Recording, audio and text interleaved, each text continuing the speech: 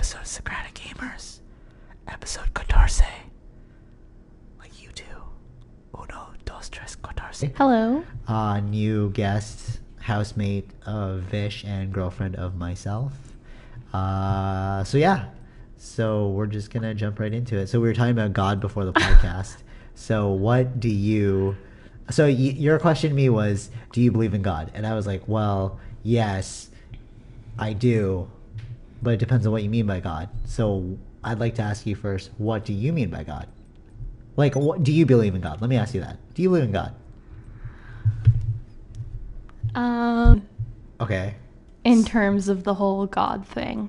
Well, do you... I mean, obviously we were both raised Catholic, but both never really believed in that. That's true. All right, let me ask you then, do you believe in a person, some sort of deity living up in the clouds? No. Okay, so then you don't believe in that kind of God. I don't believe in a single person up in the clouds. Okay. And I definitely don't believe in hell. Oh, interesting. You don't believe in hell. Why don't you believe in hell? It just... Believe in some dude that... No, because at what point does someone become a bad person? Uh-huh. Like, bad enough for them to go to hell. Ooh, interesting. All right, so what does bad even mean? You know what's funny? I literally have these conversations with Sid and Vish all the time. Yeah, we have this conversation. Yeah, for sure. No, but now I get to probe your mind on the podcast. So, what do you mean by hell? What do you mean by bad? What do you mean by bad? Yeah, I don't know. Like, that's what I was saying, right? Like, what is bad? Like, give me an example if you're like, you know what, that's pretty bad. Who was shooting people, like that mass shooting that happened recently. Okay. Like, that's bad, but why is that bad? Because that's taking people's lives. That's destroying families. That causes so much pain. But at the same time, it's like, what is that guy going through for him to want to do that to people? Okay. Right? So it's like, I kind of feel like you must be ill. Okay. For you to do something like that. Okay. So if he's that, mentally ill, and then he does something like that, does that make him a bad person or just a sick person? True, like just an ill person. So it's kind of like, where's that line with like good and bad? For sure. I agree with you. So let me ask you a better question then. Do you agree with colonialism? Like like what do you mean? Like, do you, okay. So we had to have killed in order to get to where we are today. Yeah. So is that bad?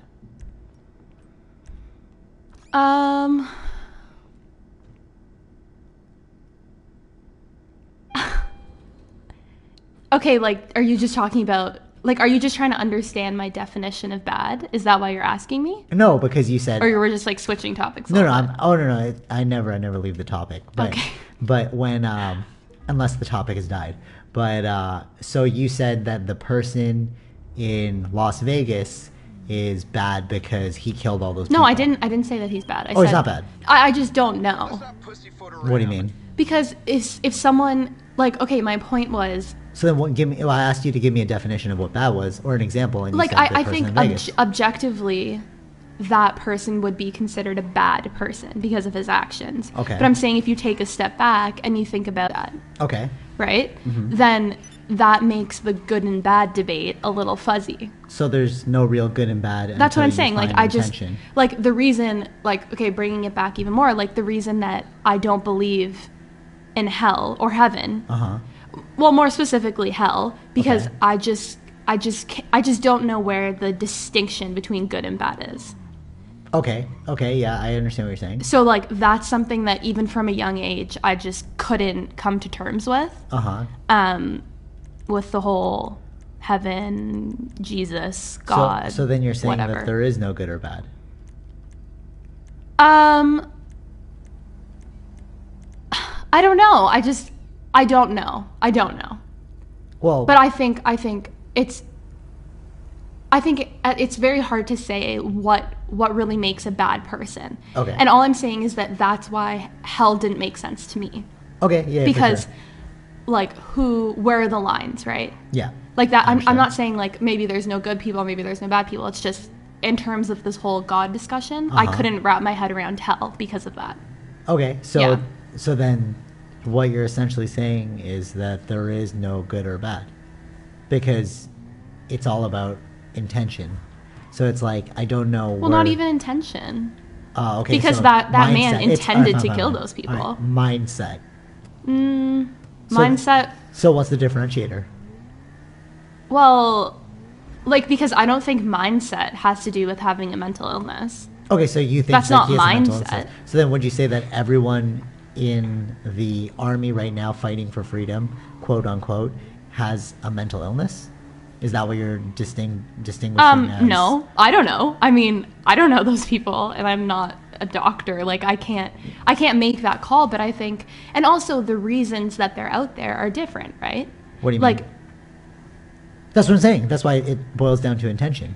So it's like the person intended to kill those people because we don't know why. He could have been upset.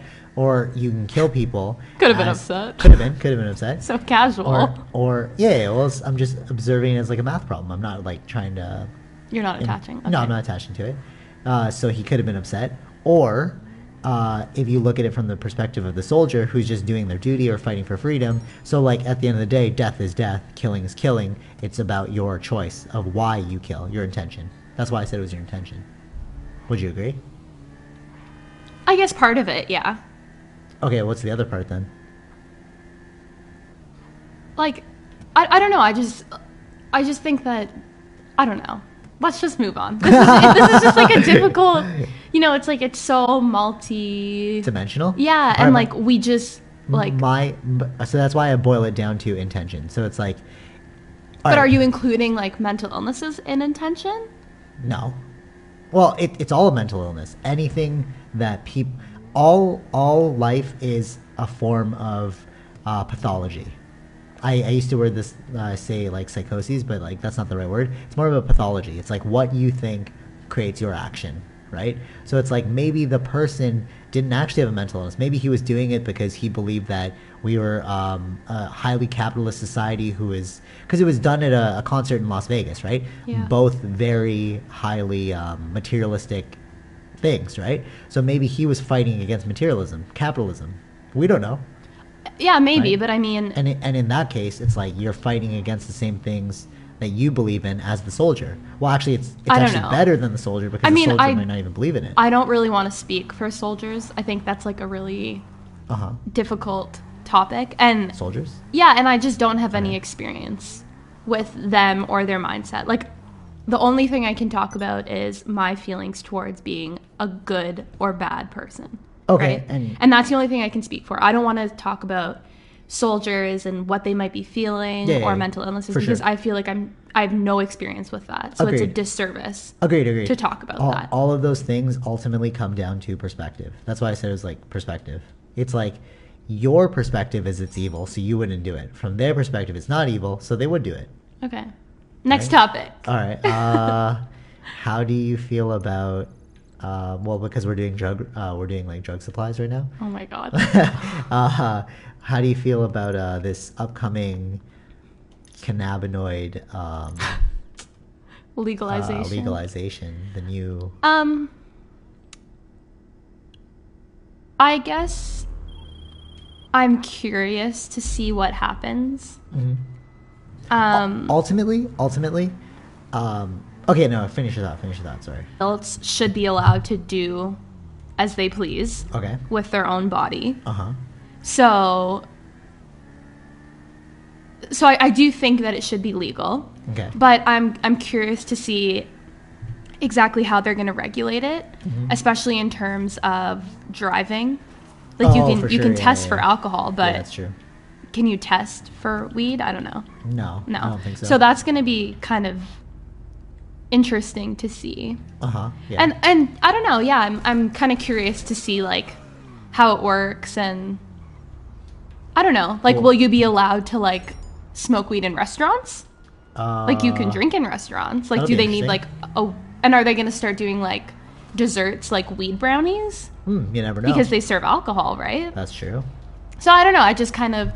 I'm like very curious to see how it's going to play out. And I think that it's probably a good thing to regulate it because it's so prevalent, right? For sure. So like, let's regulate it and let's make it safe. Yeah, I agree. Not that, I mean, alcohol is regulated, but it's not safe, right? Right, yeah. And, you know, so, I mean, do we trust that? I don't know, but anyway, it'll be interesting to see like how government regulation plays into this.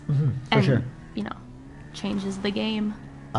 Ultimately, the real problem here with prohibition, because that's what it is, prohibition, is it's similar to like the times of like Al Capone, and you had like all these gangsters building up like territories in which they would have like a black market deal, right? They're building their own economy outside of established society, right?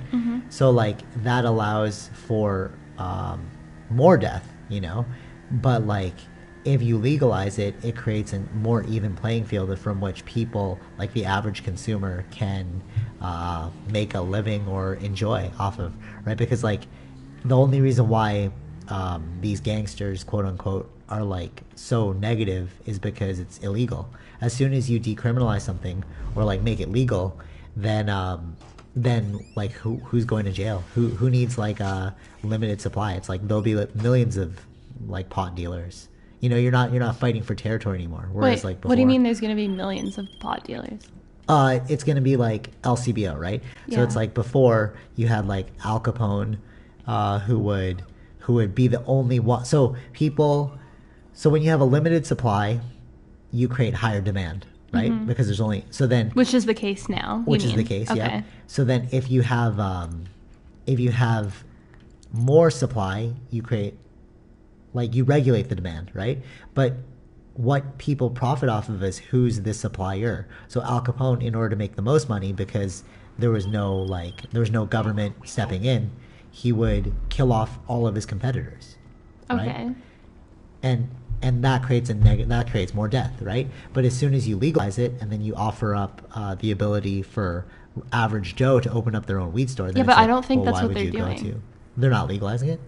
What? What do you mean? Of course they are, but Of course, so what do you No, what are you but from what I've seen, and maybe this is wrong, but like in Ontario, it's just the LCBO Yeah. that's allowed to carry marijuana. Okay, but it's not the average Joe. For sure. No, but what I'm saying is like the average Joe will have the ability to grow it. No, not to grow it. Well, yeah, they did say you can grow it. But like with the LCBO, it's like now I could work for LCBO. Now I could purchase my own LCBO. Now I could franchise, et cetera, right? It's like it gives the opportunity for people to make a living off of it. Whereas before, like only the gangsters, quote unquote, could make a living off of it. I guess so. So like that creates less tension in society, I guess. Yeah, but like because it's like more open. So yeah, but I wonder how many gang issues revolve around weed. Oh, 100%. Like no, but I'm all saying drugs. No, it's not even weed. It's right. drugs. I like maybe like more like, you know, hardcore. The only thing that gangs make money off of, and I personally know, allegedly, I don't really know. Actually, I don't want to go to court. I know certain people growing up in Scarborough and stuff like. No. I mean, like going to the high schools and stuff. Of course, Shout out to Scarborough. No. I mean, I'm saying, of course, you know people who are like, well, allegedly drug deals. We don't know for sure. Okay, I mean, like, you can say that. You could say that. Like no one's gonna come after you. Well, but you know, what I'm saying so. Okay. Like you see things, right? And what is their main commodity? Drugs. Their Right, main commodity is not protection. You know, like the only thing that you can sell aside from illegal contraband is protection. That's what Al Capone would do. It's like either you pay for, that's what mafia would do. But mafia even realized like how silly it is to, why would you focus on like nickel and diming on the street corner? Why don't you just enter into like bigger business? You know, in Japan, that the higher up, the higher up organized criminal organizations, they've infiltrated financial sectors. Yeah. And they don't even deal with petty crime anymore because it's like, well, why would allegedly that's also why it's really safe there, because like the mobsters are keeping an eye on their underlings, because it's like, why are we making nickel and dimes? Like, who cares about a dime bag? Like, we're gonna make real money in the stock market. Yeah. Yep. So what so are you just gonna shoot up next topic? Oh, okay. No, is that what were you gonna say? Yeah. Is that what's the next topic? That's all you feel? That's all you feel?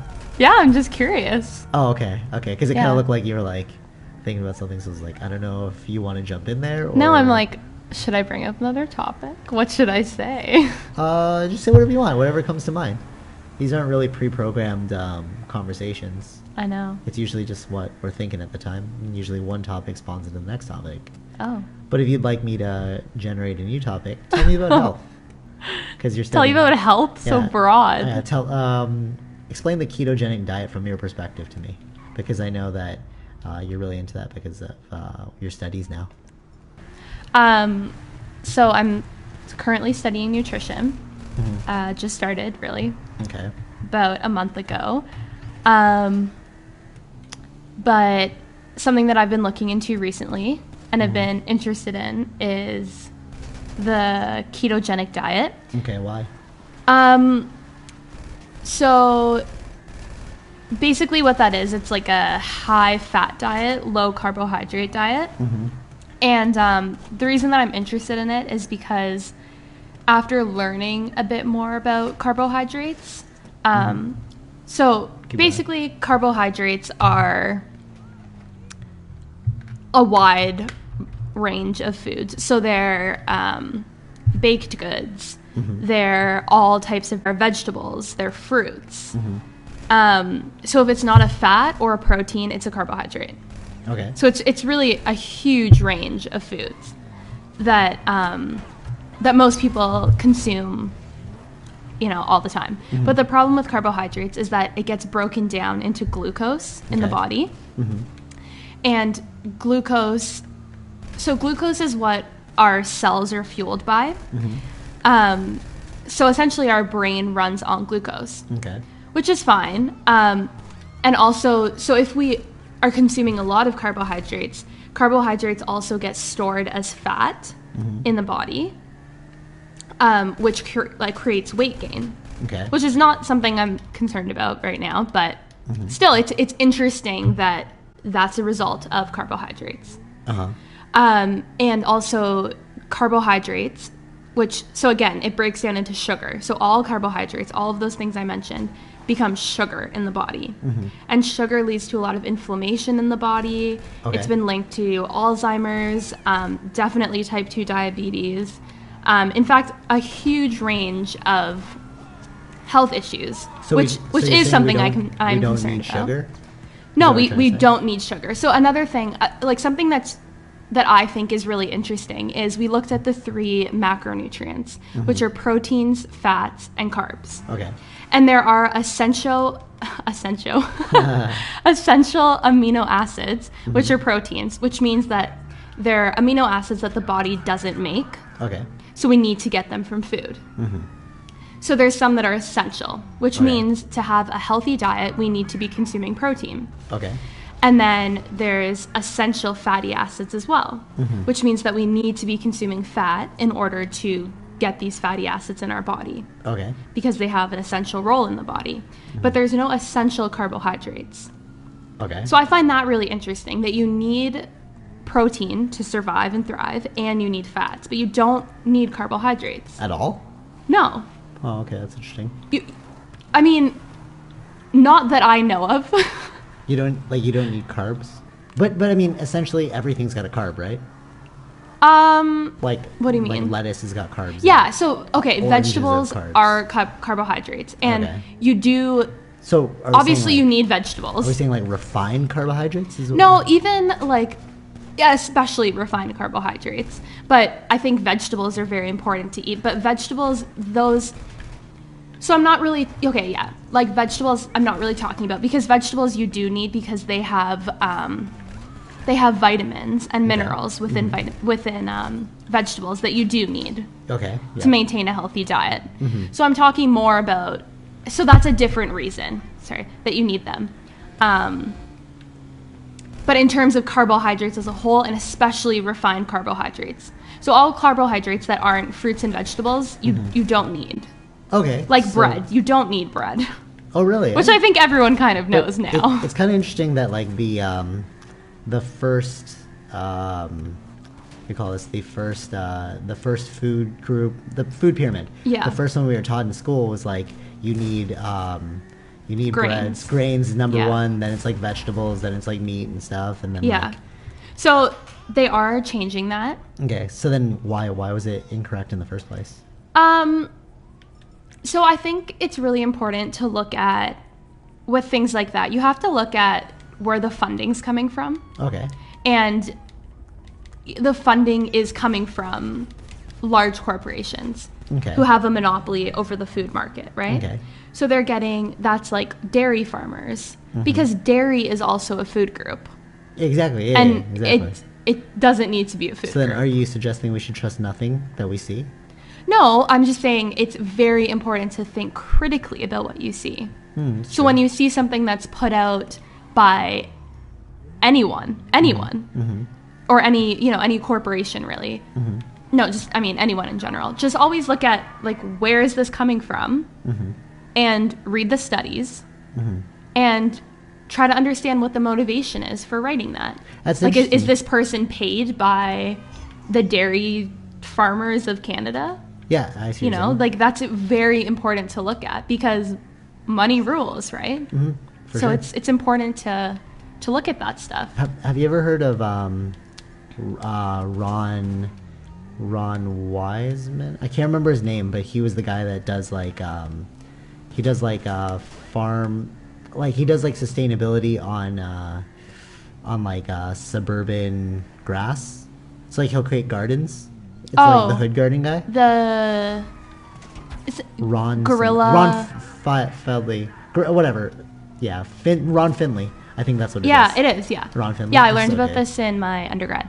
All right, cool. So that guy. So it's interesting that guerrilla gardening. Guerrilla gardening. Yeah. So it's interesting with that because it's like he was a big proponent of education and stuff, and so are you. But it's like, how can somebody who can't even afford a computer read the studies? How can somebody who doesn't even understand literacy very well like read the studies? You know what I mean? It's kind of like, do you mean kids or no, just like the lower socioeconomic class. Yeah, you know what I mean? So it's like, it's one thing to say like to be critical, but like I guess ultimately what the government's supposed to do is like keep you in check. Yeah, totally. Like to keep accountability. They should be a body that we trust. Yeah, for sure. Yeah, and I feel like more and more they're not. So then could we even what do we call this? Can we even like think critically? Because it's like it's fine for us to think critically, but are people of a lower socioeconomic class even able to think critically? I think they're able to think critically. They may not have the tools to get the information that they need, but I think they have the ability.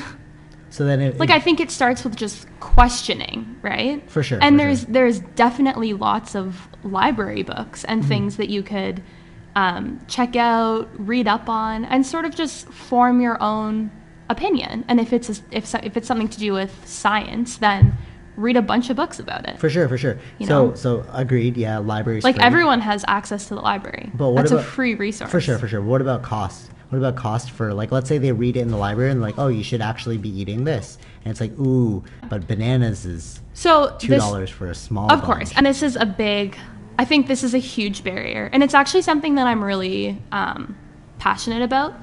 And I don't know if do you remember me talking about this when I was in my undergrad? And I was like so fed up with, because it's like you can buy a huge bag. I know, I'm so mad about it. You could buy a huge bag of chips for $1. The chips taste good though. No, that's not my point. You could buy a huge bag of chips for $1. Yeah. Or you could buy an apple for $1. Exactly. Yeah, for sure. And like, to someone who is less fortunate, why not buy the chips and feed your family? Exactly. Right? Oh, whoops. Man, I keep doing that. Sorry. So... No, we're still on. We're fine? Okay. I keep on messing up. Okay. So that's something that I find really, really frustrating. And that has to do with subsidies, right? So the government subsidizes crappy food. And it's very unfortunate, right? It's very unfortunate. But at the same time, and I mean, I don't want to speak for other people. Like, I'm like someone who's of a lower socioeconomic class. They might have a million things going on, and just grabbing the bag of chips is easy and whatever. But also, like, I could make a very cheap meal for us that's nutritious and tastes good. Okay. Because, like, there is a way to eat cheap, to eat well on a budget. But it depends how much time you have. If you're able to cook that meal in between, like, I just can't even imagine having kids. And I just, having the time to take care of children just seems like that would be a huge full-time job. For sure. And if you're working as well, I don't know. But I guess what I'm trying to say is it is possible to make healthy meals on a budget. Okay. But it's, right. And it's also possible to, like, study up on what you need to critically think. But it's like, we're such at a disservice in society for these people who can't even access it. It's like, I almost feel like you're given the tools. You're kind of just given a spot in life, and it's up to you to change that however you want. You know what I mean? But, like, it's okay if you can't get out of it. You know? Yeah. No, what do you mean?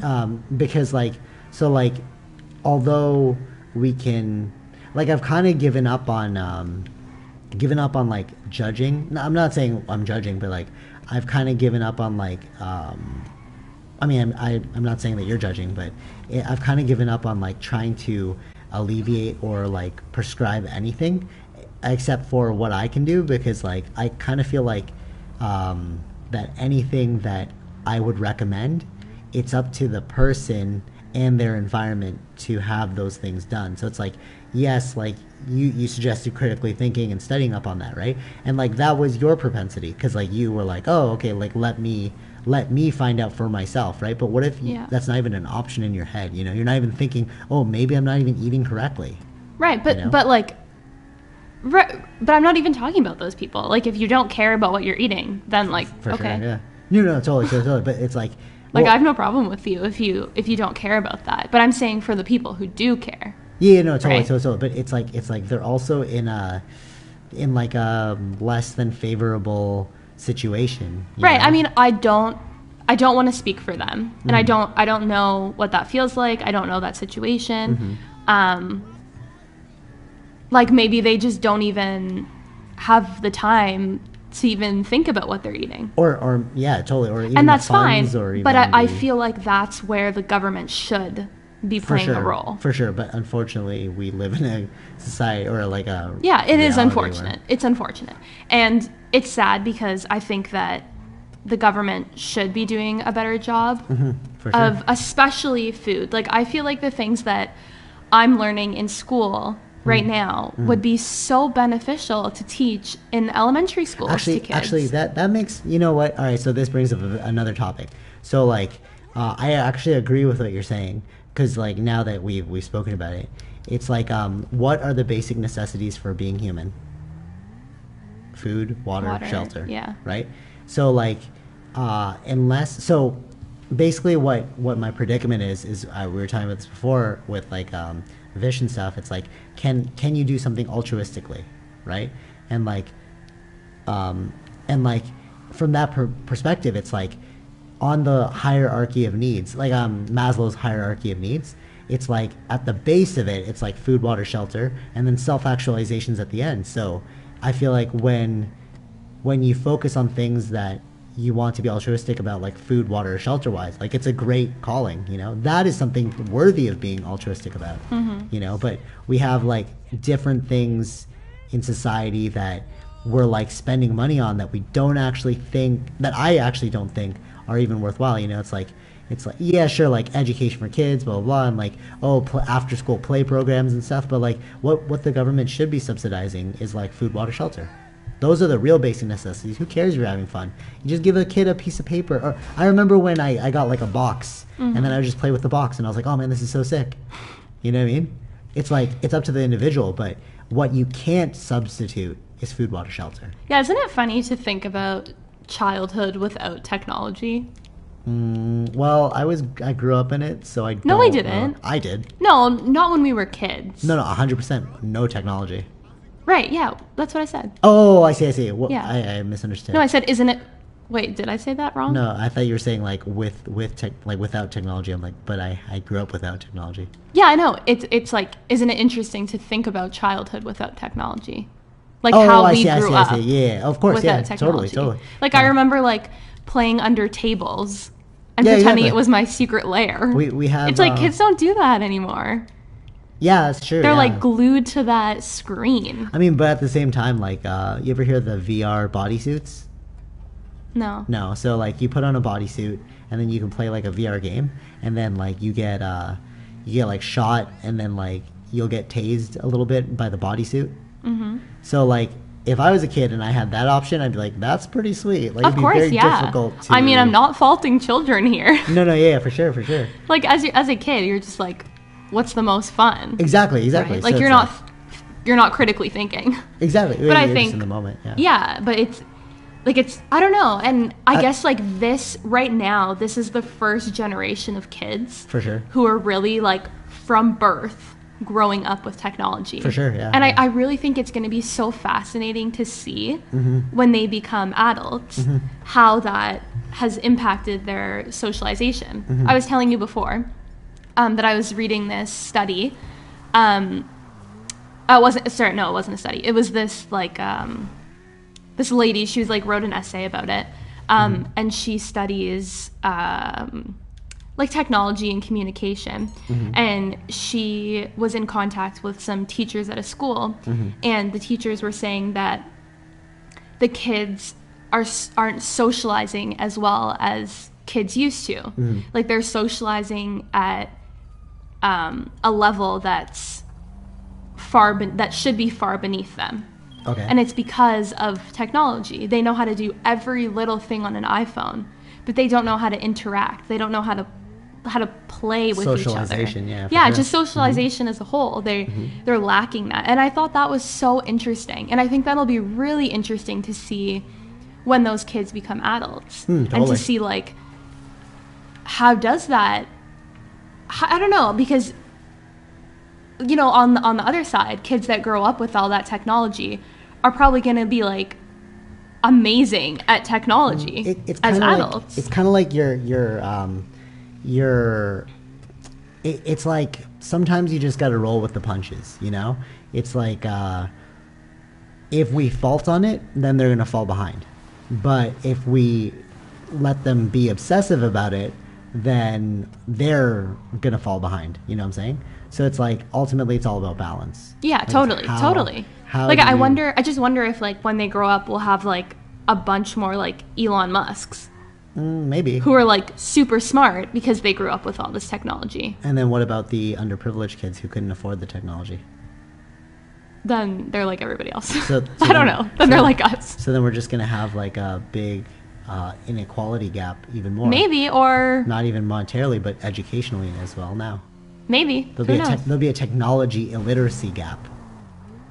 Probably. Not to diverge from this topic, but you've actually inspired me Oh. from this conversation, because I was so against altruism. I'm like, man, it's not real. Like, there's no point. Blah blah. Blah. Like, what's the point of? Oh no, don't die. Oh god, I lost my bike. Sad life. Oh, okay, that just happened.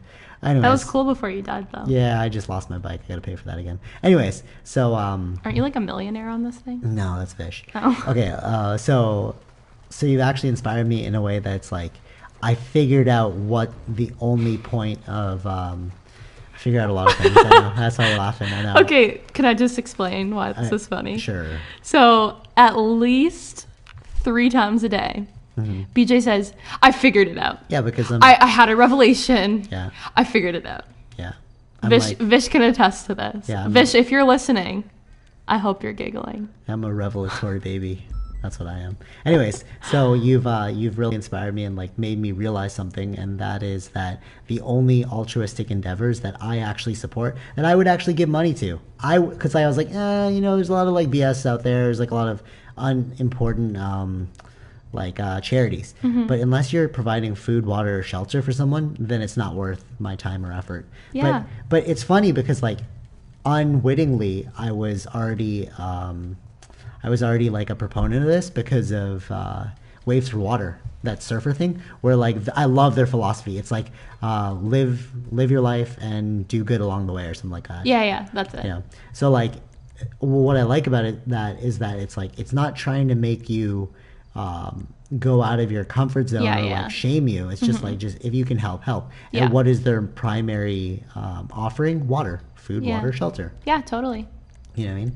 And like I feel like people should realize that things like after school programs, although it's great, unless you're providing food, water, shelter, it's like, well, you're just providing self-actualization. But you can I don't know if I agree with that, because are you talking like after school programs?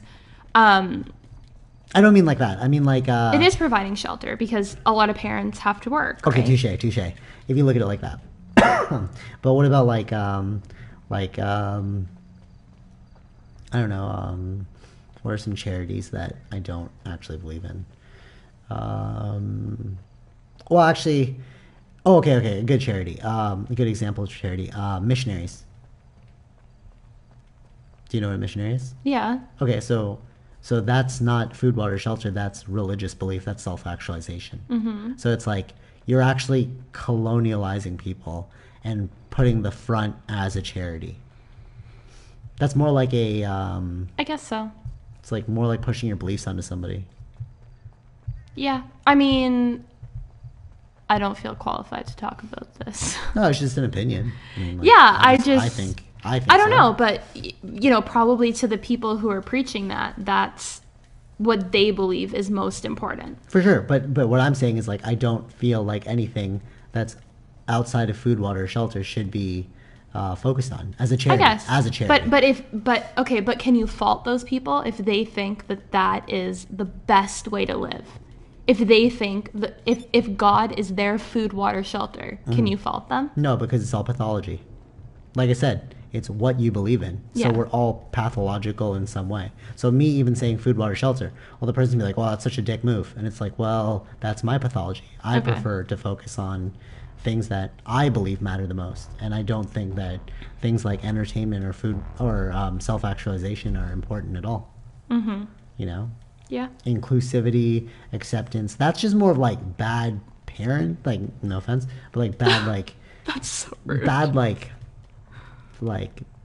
I don't know how to say this politely, but like bad parenting. It's like, it's like I don't know how to say this politely. Let me repeat the rude thing I just said. Well, I mean, like it. I don't think that you should support that kind of thing charity wise. It's like that doesn't really make sense to me. I don't know. I mean, I do think food, water, shelter, but I think that there's other things that are probably good for you. Good for you. Yeah. But the most pressing thing is food, water, shelter. Yeah. And if you want to fund a charity, it would be like subsidize these people's food to get good food. Right. Yeah.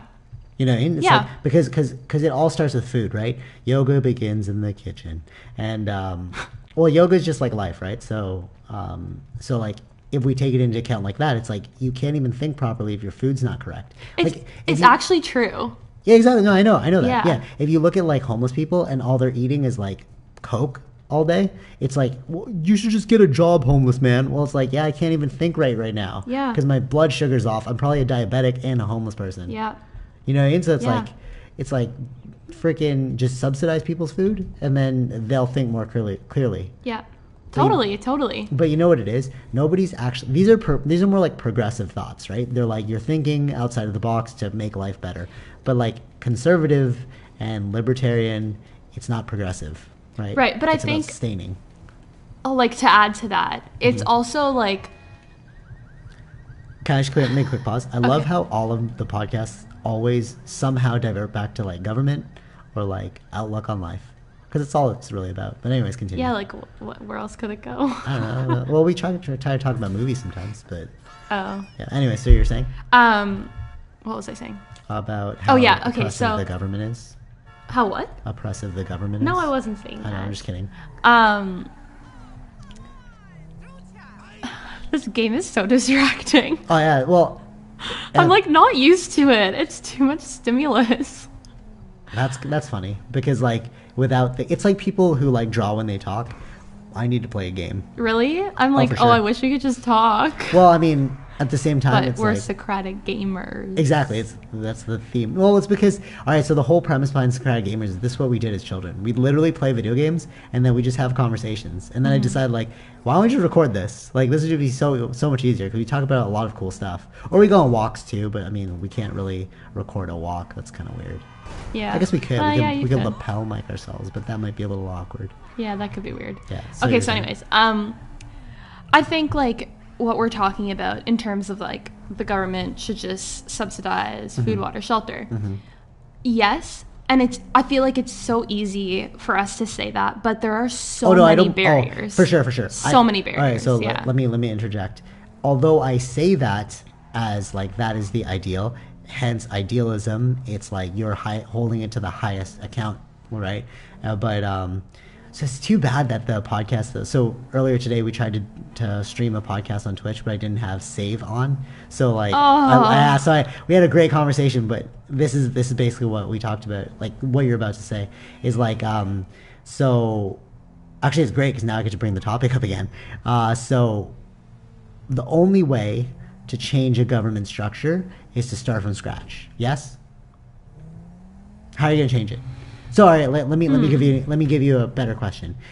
I personally believe in small governments. So within a 50-mile radius, I think that you should vote on laws that are affecting you within that area. And each 50-mile radius, they'll change the laws, the importance of the law according to each that sounds extremely hard to manage. Yeah, for sure. But it's going to be like there's no... So Sydney was asking me, like, he's like, oh, what about party leaders? I'm like, no, there'd be no party leaders. It would just be, you'd vote. It would be like, here are the laws. You click which one you like. I kind of think... And then the majority vote would win. I think that sounds better. But I think there's always going to be problems when you have a group of people deciding what to do. Agreed. When there's no face to the... problem, yes, that will happen. If you look at somebody face to face and you're like, I'm going to do this to you, it's really difficult to do that unless you're able to like compartmentalize and like you're so self-centered that you can't even think about another person, zero empathy. That's when that'll happen. So that's what I was saying to Sid. It's like, why would right now we live in North York, Sydney lives in Port Union, and it's like, why would I vote on any laws that would affect him? But that's the way still we live is relatively close to here. Agreed. Yeah, that's what I'm saying. That's why I think small governments are the way to go. With no leader? No leader. No. I think there needs to be a leader. There are people in charge who are going to enforce the laws that we decide upon, but there's no like leader because the leader is the people. So it's like, I don't know. I just see problems with that too. Okay, well, irregardless, do you think it's better than the system that we have in place now? I don't know because we don't know that system. All right, does it sound better? Does it sound more favorable? The point isn't about the government system. That's my own pathology. What I'm saying is that it's like, do you think that is more better than what we have now, even the slightest? Okay, think of your most perfect government structure, and then be like, okay, like whatever you think is going to be better than what's going on right now. Just think about it, okay? Okay. That's not my point. We're getting hung up on the fact that you won't agree if it's good or not. No, why do you want me to agree? You can say no, so that's what I'm saying. I need an example where it's like... No. Okay, this is what I think. Okay. So I think that a leader is important. Okay, great. So we'll have a leader in your freaking also, thing. I think that it's important to have a small council. Okay, sure. Whatever. Wait. Let me explain what I think. All right, fine. It's not the point, though, that I'm going to I know, but we're moving on here. Okay. So I think it's important to have a council of people who are very knowledgeable. A council of elders, like Joe Rogan says? Yeah, sure. About so maybe if everyone votes on what they think are the most important issues, okay, and then you have like a group of people who know most about those issues. Almost like what we have now. No, because it doesn't. It's Just kidding. No, like I think the problem is that it's so. There's so many interests, Okay. right? Yeah, like yeah, it's not like Mm-hmm. it's and also like people that want to be in charge maybe aren't the best people to be in charge. Agreed. So it's like I just don't know. Okay, so But I think we need some experts up there. okay, great. So we have an expert government, et cetera. We have whatever Small it is. expert government. All right. So okay. So that's your ideal. All right. If that were to be put into place, what would need to be done? This is my real point. What do you mean? What would need to be done? In order to get that established, because that's basically rejigging the system. Yeah. Right? So in order to rejig the system, do you know what would need to be done? You'd have to start from scratch. Yeah. Okay. A lot. Yeah. You'd have to start a lot. Yeah. You'd have to basically give up whatever it is that you believed before. You'd have to rewrite all the laws. Exactly. You would would the Supreme Court still approve the laws? All right. Well, whatever. All right. So given that, do you know the only time that ever happened in history? No. When? America. When? When Christopher Columbus and his people. So like the beginning of time. Exactly, because that's what they did. They were from Britain initially. Yeah. All society is like it's an evolution from Rome. Then from Rome they went to Britain, and then from Britain they went to America. Yeah. Okay.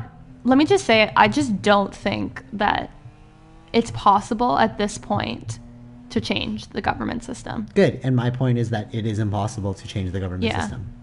So that's why because you can also only live like with what you have, and that's why I said I gave up on trying to change anything, because it's like you're really in it unless you want to shake up the world so much. But then you know what's going to happen in the end. So all right, let me just go back to this. So they went to America, quote unquote, which was filled with natives, and then they basically kicked them out, and then they created their own government. And the founding fathers were like, you know what would be the best laws? The best laws would be this. Ultimately, they didn't have technology at the time, but they created the best quote-unquote government that they could think of. So even if we somehow make the best government that me or you could ever think of, and then they end up creating that society with technology in mind, you'd have to tear down what you had before. Yeah. But you know what's going to happen? It's going to get corrupt, and then you're going to have to tear down, or not even corrupt, it's just going to get outdated. And you have to tear it down again and then bring it back up. But do you know how many people want to do that? 0. Yeah. And also the people that would have to approve this are the people in power. Unless you do exactly. Unless you do like the people in the beginning of America, and then you go to America and then you fight for your freedom when Great Britain fought America. Yeah. You know what I mean? So it's like, so that's why if you look at the futility, if you look at the futility on a societal scale, it's like what's the point? Not from a nihilistic perspective, but from an accepted perspective, where you're like, okay, there's no point in changing anything except for creating the life that I want to live within these parameters. Mm-hmm. You know what I mean? And then even more futility is looking at your life in relation to the planet of Earth. It's been around for 4 billion years. How long do we live? Like 72 years? We're like a fly. Yeah. We're like not even important to the Earth. Yeah. So it's like, why get caught up in the small things and just live them? Will never eat the lion. I said this before, but the lamb will never eat the lion, no matter how much the lamb. Wait, didn't you say on the last podcast, unless the lion is dead? Yeah, unless a hunter shoots the lion and the lamb's like, oh, sweet, I get to eat this now. Oh, free meat. Yeah, exactly. So like that's like a luck of circumstance. But I thought that was funny when you said it in the last one. Thanks. I'm funny, yes. So, but like given that, what I'm saying is like all we can really do in life, if you're listening, is just accept where you are and build the life that you want given the surroundings you can. Do you want to be Shaq? Too bad. Do you want to be... No, I disagree. Oh, you think you'd be Shaq? You can be Shaq. Yeah. I think Shaq, it's a combination. Shaq is a 7-foot-tall black man. It's a Wait, oh, you mean me personally? That's what I'm saying. So you can't be Shaq. You can't be something other than you're not. That's okay. I didn't think you meant like a actual person. No. I thought you meant like his skill. Like his... Wait, do you mean him or like... Both. Him and his skill. That's why we have... If you work really hard. That's why we have the Olympics. What? You know how many people believe and work really, really hard in the Olympics? and there's only one gold placed trophy. So it's like even in that, it's like you're not going to get what you want, but you can get who you are. So like that's why the great Osho teaching is like, stop trying to be everyone else, be yourself. Actually, Kurt Cobain, I think he's the one who said that. Kurt Cobain. Yeah. But anyways, but like if you think of it in that terms, it's like, well, then there's nothing to win or lose from. You're just being yourself, being authentic, and that's why it's so important to be authentic. Because the second you try to be something else, then you're caught in the race. I want to be Shaq. Okay, but you're not Shaq. No, one day if I study really hard, I'll be Shaq. But he's 7 foot tall and black. Yeah, I mean, you can aspire to be. Oh, of course, you can like the characteristics he has that you desire. Of course, but that's what inspiration is. Yeah, inspiration. Yeah. Whenever you get inspired by things, it's just showing you who you really are as a person. But I mean, that's you. That's what I'm saying. Just be authentic to you. Mm-hmm. Follow the inspirations, but accept your limitations. Because at the end of the day, it's not really a limitation. It's just who you are. Yeah. You know, it's like the snowflake will be like, I wanted 27 fractals, but I only got 8. It's like, okay, but you're still a snowflake, bro. It's cool. It's all good. You're a snowflake. You know? Yeah. Didn't I tell you that quote I read in a book? Aspire to be the person you envy. Yeah, but did I tell you that? No, but that even in itself is like an allusion to who you really are. It's like, of course, aspire to be who you envy, but like who I envy is not who you envy. I don't even envy people, actually. No. Yeah, I know. I was like, I don't really envy anyone. That's a terrible line. No, but for some people, I'm sure that, I'm sure that rings true. Of course, but there's levels to this game, right? So it's like, yeah, that one. I just thought it was interesting. No, for sure. But it's like, that's why I mean levels to it, because it's like, and then you find out more, and then you're going now, I don't really envy anyone. It's like, because, yeah, envy is a bad thing. Like, I get inspired by a lot of people, but there's no negative outcome to the inspiration, because inspiration itself is just positive, So, like, but even in that, so it's like, of course, yeah, aspire and aspire and inspire yourself based on of other people, because they'll show you who you are. But the people you aspire to be and are inspired by are not the same people I get inspired or aspire to be. You know who inspires you most? You. I'm just kidding. That was a great line, though. Wait, what, are you kidding? That's rude if you're kidding. No, I'm not kidding. You shouldn't be kidding. All right, I'm not kidding. No. But I mean, creatively, let me do. Creatively, I'd say who inspires me: Casey Neistat, Chase Jarvis, Joe Rogan's a big one. Yeah, all these people that have taken life and then became who they were. You know why they're great? Because they themselves became who they were. Yeah. You know what I mean? It's like Joe Rogan wasn't like, I want to be Shaq. Joe Rogan's like, I'm just going to be the best Joe Rogan I can be. And you really like people who like made it from nothing. Like Hashtag you rebel. like, yeah, like you Hashtag like that. rebel. You like that upward struggle kind of story. But everybody loves that, though. Everybody. Yeah, I know. That's the American dream, you know what I mean? Yeah, I guess. But like you latch onto those people. Of course, because it inspires me and fuels me to keep going. But it's like, but with those people, I'm not deluding myself. I'm not going like it's like Dave Chappelle. So he's like he's saying like his father was like, oh, don't be a comedian. That's like a dead end job. And he's like, Dad, if I can make as much money being a comedian as I can being a teacher, then didn't I succeed in life? And it's like, yeah, I'm not looking like I want to be a millionaire one day like Joe Rogan. That's like, all right, again. He says that? What? No, he is a millionaire. Yeah. Okay. I'm assuming he never talks about his finances, but what I'm saying is like, I never look at the outcome of Joe Rogan. I look at the enjoyment of Joe Rogan. Yeah. You know what I'm saying? Because like, if I think that I'm going to be a millionaire, then it's like, then the lamb thinks it's a lion. Yeah. But the lamb's just accepting the lamb. You know, it's like, I just like to create things. Yeah. What about you? Who inspires you? Me. You. Oh, that's sweet. No, but in a lot of ways you really do. Oh, okay. We weren't joking there. Oh. No, in a lot of ways you do. Oh, that's sweet. All right.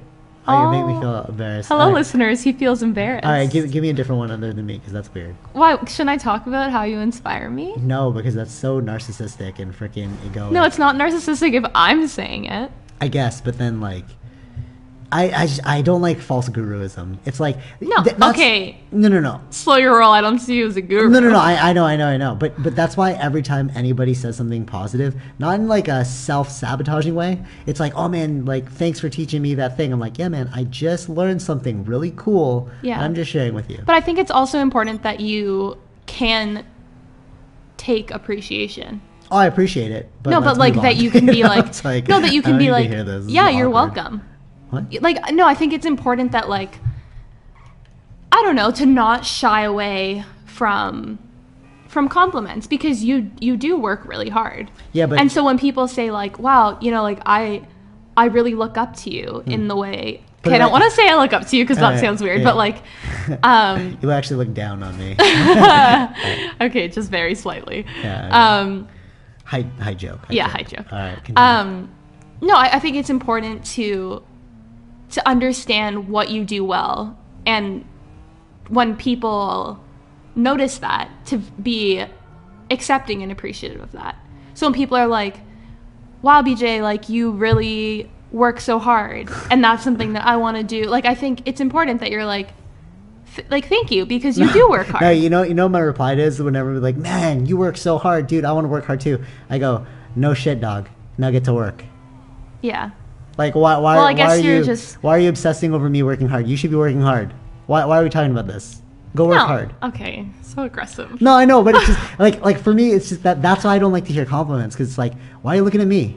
Dude, if you learned something from me, then you shouldn't be looking at me. I don't look at Casey Neistat and go, frig, man.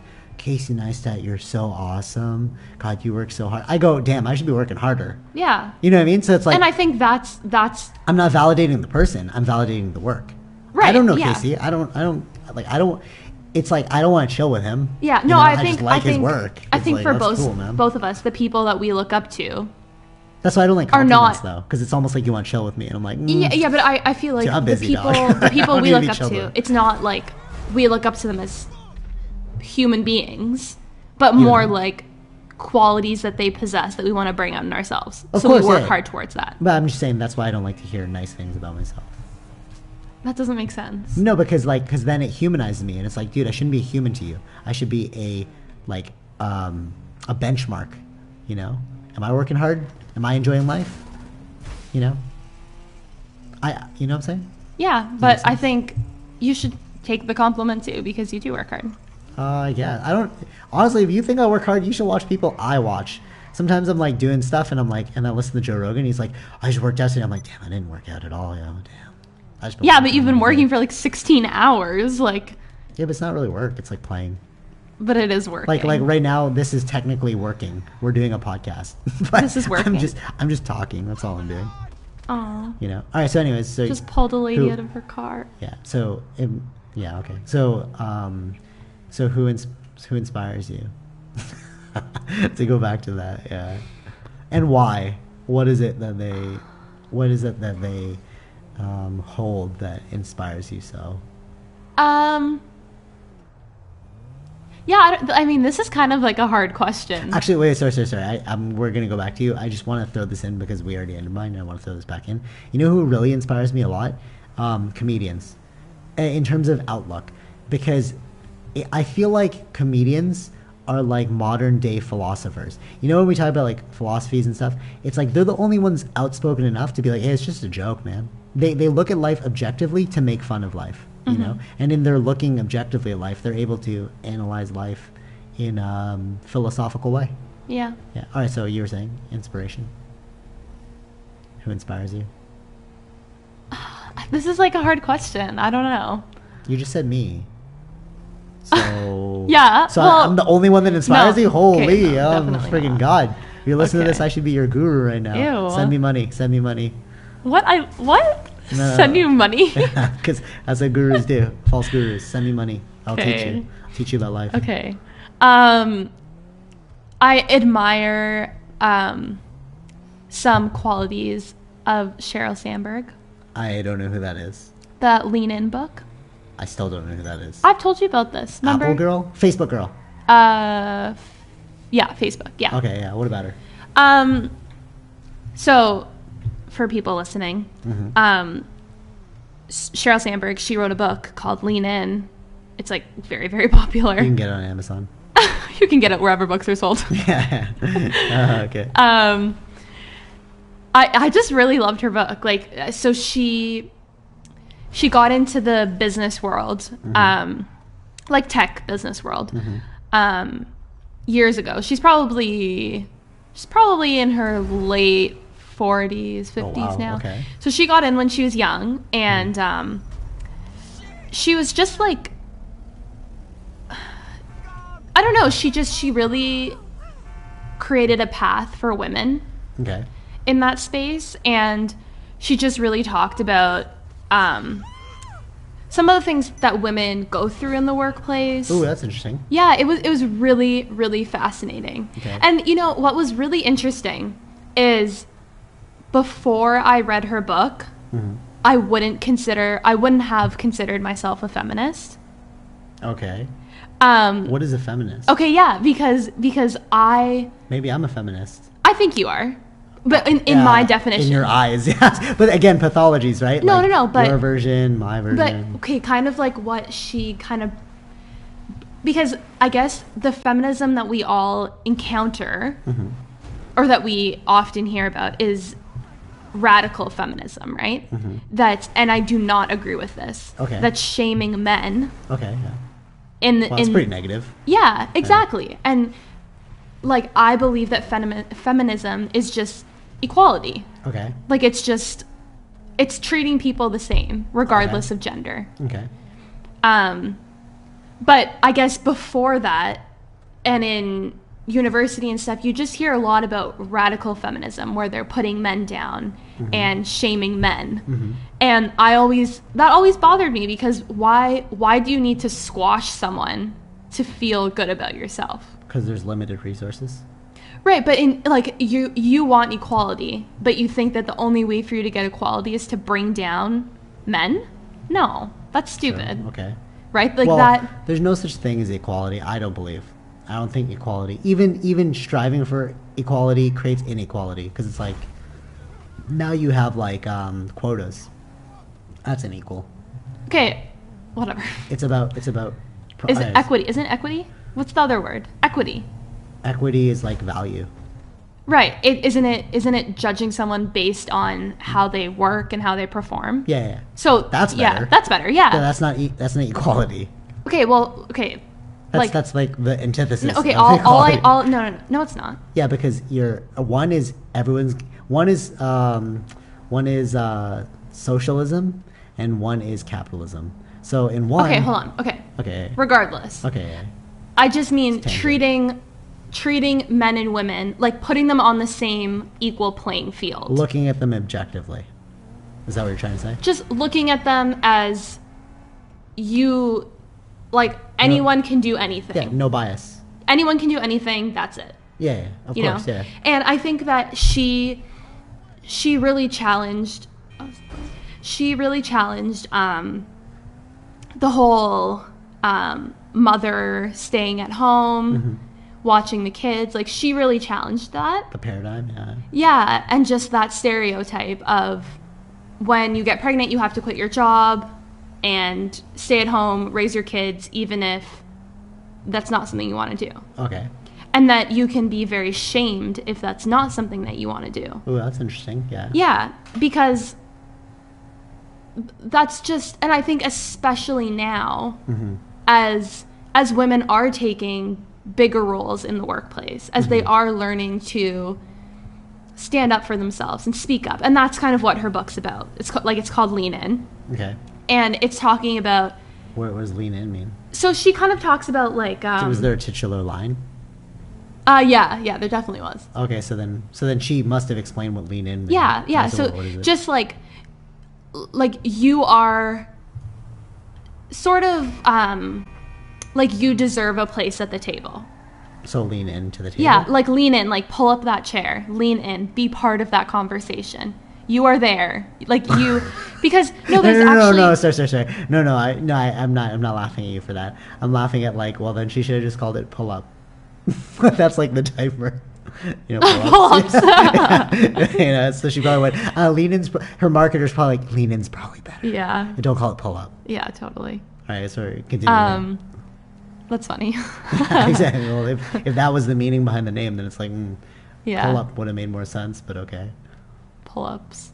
Yeah, pull-ups. All right, continue. Yeah, and she was saying statistically, women in meetings that they should be a part of often hold back. Okay. Or So it was just interesting. Like she had like she cited a lot of studies. Like it felt very well researched, which is always something that I appreciate in books. Yeah. Yeah. So I just. So you admire her for I admire her for, what did you say? You admire her for those qualities, that she stuck up for oppression. Yeah. Yeah. And I guess that she's not a radical feminist. She's not trying to like shame anyone. Yeah, she definitely wasn't shaming anyone. And I guess it also provided me with a really interesting perspective. Because I've never felt in a professional setting, I guess, or even, I don't know, I guess my experiences as a woman, I haven't felt particularly discriminated against based on my gender. So okay, so you've never felt that, correct? You just said that. So that's what was revolutionary about it. You never felt it, so it's great to hear. Hold on, wait, let me explain this. I think there's, how do I explain this? No. Wait, you can't explain this. No, I'm just going to go to my point. No. No, it's just, like, thinking about it, I haven't in my life, like, going through school, like, I always felt like she talks about her being in university. Okay. And the teachers, like, just calling on the men, or, like, being more favorable towards the men, or subtly putting women down. Can I hold on, and I feel like that hasn't, like, I guess, if any, like, I just, or maybe I didn't notice, you know, like, people would be like, oh, wow, like, you know, like, you work hard, or you go get it, but, like, I've never, and I think she started to consider those things. I mean, not just that alone, but on top of a bunch of other things. She saw that as discrimination. Okay. Whereas I just didn't. Okay. Because I didn't have all the other compounding experiences that she did. But anyway, so what I'm trying to say, I really appreciated her book because it gave me a new lens into what it means to be a feminist. Yeah. And the problem that a lot of women are still facing. And I've never worked in the high-tech industry. Okay, so right? So that's probably... That's my point. Right, so I don't have that experience because I work in... Food. So it's like that's, health food. That's a pretty neutral territory. I'd say it's more feminine than masculine. My industry? Food. Yeah. Every single business owner, almost every single small business owner in my industry is... a female. Yeah. So then if I entered in that, and then would it be the same thing if I was like, you know what, this is gender discrimination. You're not focusing on me because this is a woman dominated industry. Would I have the opportunity to say that as well? I don't know, because I don't want to speak for the experience of a man. For sure. I don't know. All I'm saying is if you actually look at it, well, actually now I'm like illuminating myself as well as it's coming out, but if you look at the way industrialization started, women were spent at home, right? It was the men who were working. And then all that time, it created a men's club. So you were having like male-dominated industries.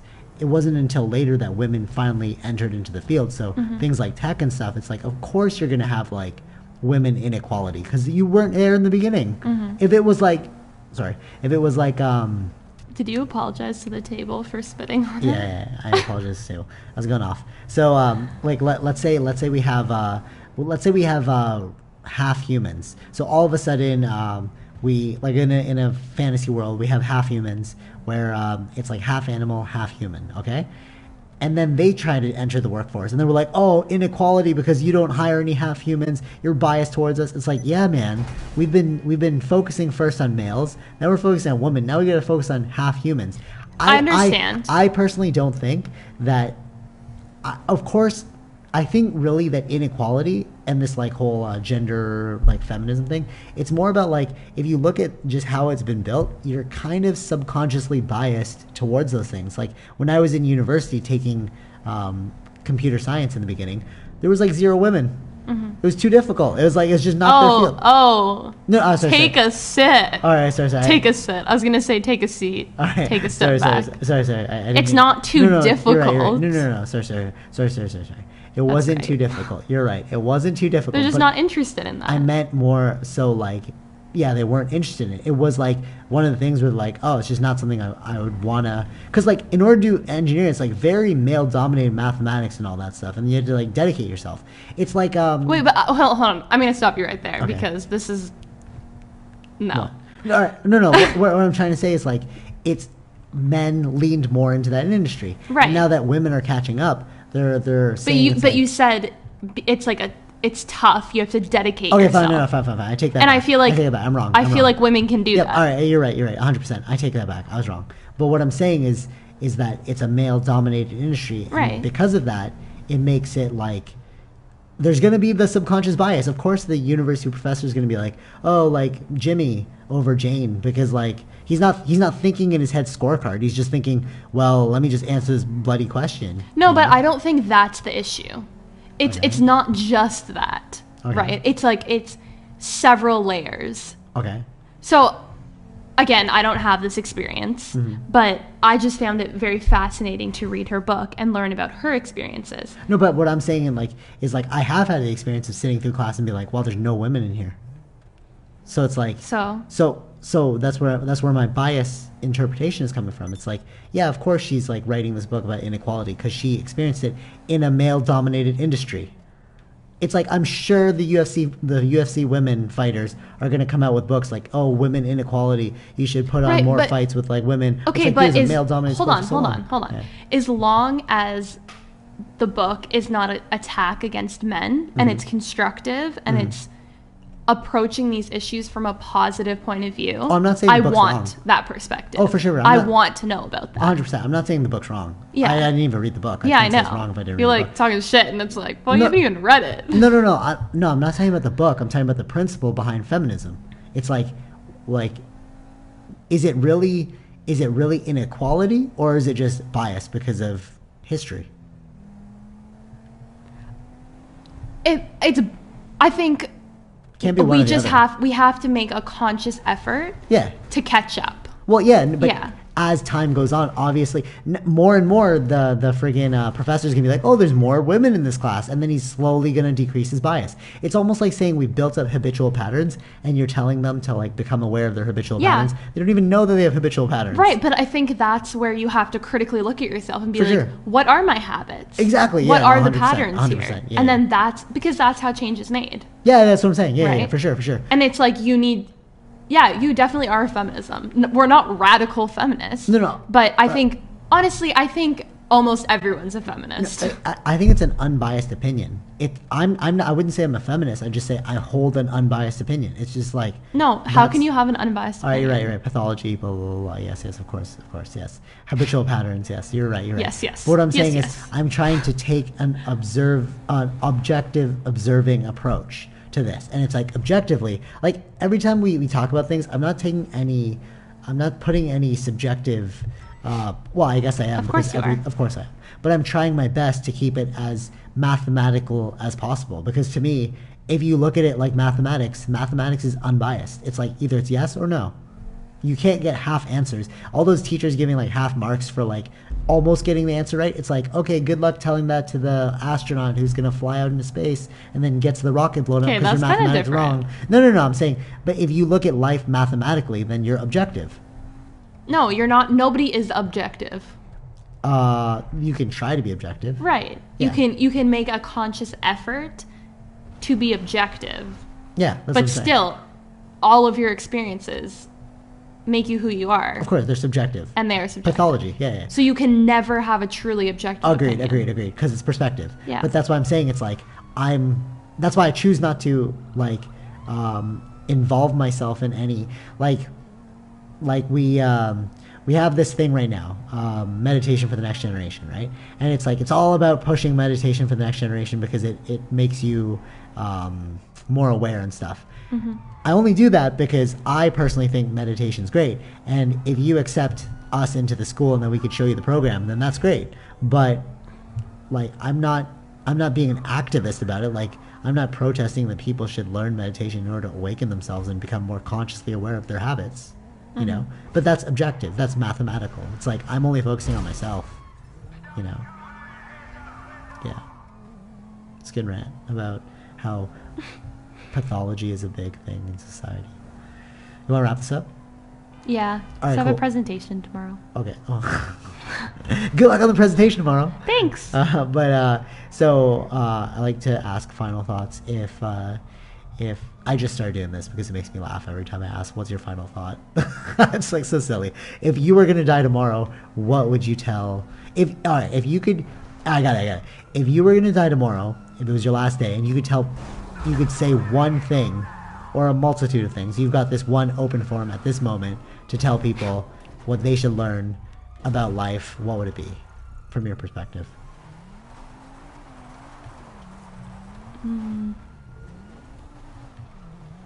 Probably find what makes you happy and figure out a way to do that. Oh, that's a pretty good one. That's nice. Thank you. That's nice. That's where you asked me the same question. Oh, okay. Sorry. If you were going to die tomorrow and this was your last day on Earth, what would you tell the people? I would tell them that you're going to die. Probably sooner than you think. So make the most of your time. Because death is always prevalent.